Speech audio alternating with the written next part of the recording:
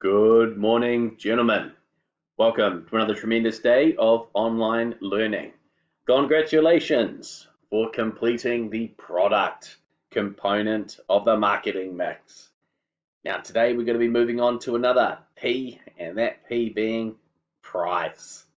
And quite simply, price refers to the amount that a business is going to sell its product for.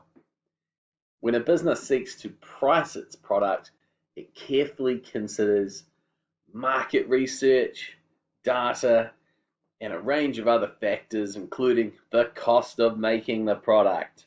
Wouldn't it be silly to sell your product for less than the cost of making it? Because if you did, you wouldn't make a profit. The competition, absolutely a business wants to be mindful of how much substitute goods from competitors are being sold for. Business objectives, absolutely. So if a business has a sales amount or volume objective, they might want to be considering a lower price. If a business has a profit objective, that sort of price might be slightly different in terms of factoring in the profit per unit, so the price minus the cost, multiplied by the total amount of products sold. So perhaps if profit satisficing or profit maximization were goals, it'll be a little bit different, that pricing, than sales maximization. Branding of the product is obviously important. If our business is branding themselves as being a budget and cost-effective, cheap, affordable brand, it makes absolute sense that that price is actually affordable and cheap in the eyes of its target market segment. On the other hand, if our business is branding itself as a luxurious and premium product, it makes sense that they're able to charge a higher price, and customers and that target market segment would actually appreciate that as well. The target market, who you're selling your products to, and how much they can afford, how much they're willing to pay, what their incomes are, will absolutely be reflected in the price that a business sets for its product. And also seasons. So we know that some products are very popular in certain times of the year, whilst not so popular in other times of the year. So think about that sunscreen. Sunscreen, which if you're a fair-headed chap like myself, you use quite a lot, but especially during summertime. So Mr. Horrocks is very, very willing to pay almost any price to get his hands on some sunscreen during the summertime before he's off to a cricket match, because the consequences of not using that product are very, very high. Whilst during the winter time, when there's not so much the risk of getting sunburnt, which for me takes just a matter of minutes, I don't quite have that really high willingness to pay for some sunscreen. If I'm going out for a walk, perhaps in the Waitakere Ranges, and I'm thinking maybe I'll get some sunscreen, and I go down to the pharmacy and I see that the sunscreen is very expensive, maybe it might be $60 a bottle, I'm probably not going midwinter to stretch myself to buy that sunscreen. So absolutely, the time of the year reflects how attractive some products are and how desperate or how keen consumers are to get that product, and therefore their willingness to pay higher or lower prices.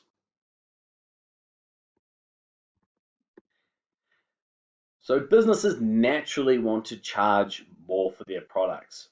Who wouldn't? Because the more that you sell your product for, the higher the profit per product sold. And profit per product is the selling price minus the cost of production. But on the other side of the coin, we as consumers want to pay the least amount as possible for a product, because the less we spend on one product, the more we have left over to either buy another product or put into our savings account to save up towards some of those personal financial goals. So there's a bit of a tension here in respect to price and the different views of businesses and consumers. So who remembers demand and supply from term one? I think I do. And prices in markets are determined by market forces. So the forces of demand, which represents consumers' willingness and ability to purchase products at different prices, moving up against supply of the market, which is the willingness and ability of firms, i.e. businesses, to sell quantities of their product at different prices. So these supply and demand forces interact with each other to ultimately set prices in markets. So in terms of businesses' point of view of wanting to increase their revenue, sometimes it sits there and wonders, should I increase my selling price or should I decrease my selling price? Now, at face value, it might make sense to increase my selling price. So revenue, sales revenue, is the price multiplied by the amount of units that are sold. So perhaps if I increase my price, that's going to increase the total revenue because price times quantity sold is my revenue. However, we know that law of demand is that when prices increase, quantity demanded decreases. So if you increase one of those two factors that influence revenue, the other factor goes down. So this gets us to that consideration of, well, what if I decrease the price and my quantity went up enough that it offset the price decrease per product, and maybe my total revenue goes up. So this gets us to price elasticity of demand. Now that sounds like a bit of a mouthful, but it's actually quite simple. And price elasticity of demand, it's referring to the extent that which quantity demanded will change when price changes. Now we know that when price goes up, consumers' quantity demanded goes down. But in terms of what will happen to our revenue, it's going to depend on how much our quantity demanded goes down compared to how much our price has gone upwards, because revenue is price times quantity. And if our price goes down, we know that per the law of demand, quantity demanded will go up. So again, that impact on revenue will depend on the extent to which, the degree to which quantity demanded changes when price changes. So we have this term elastic. An elastic product that has an elastic response is referring to a product and consumer response where quantity demanded changes proportionately more than the change in price. So we take that example of an increase in the price of a good. So a 10% increase in the price of movie tickets will cause a 15% decrease in quantity demanded. Now we can see that that change in quantity demanded of 15% is proportionately greater than that change in price. So that 10% increase in price of movie tickets is less than the 15% decrease in quantity demanded. So this is an elastic response. So from this we can tell that movie tickets are elastic. Consumers are very sensitive to a change in the price of its goods. We could look at this the other way around with a decrease in the price of movie tickets. So a 10% decrease in the price of movie tickets could cause a 15% increase in quantity demanded. That is still an elastic response. Even though we've got a different movement along the demand curve, i.e. prices going down, the quantity demanded is increasing, they're both elastic responses because the change in quantity demanded is greater than the change in price.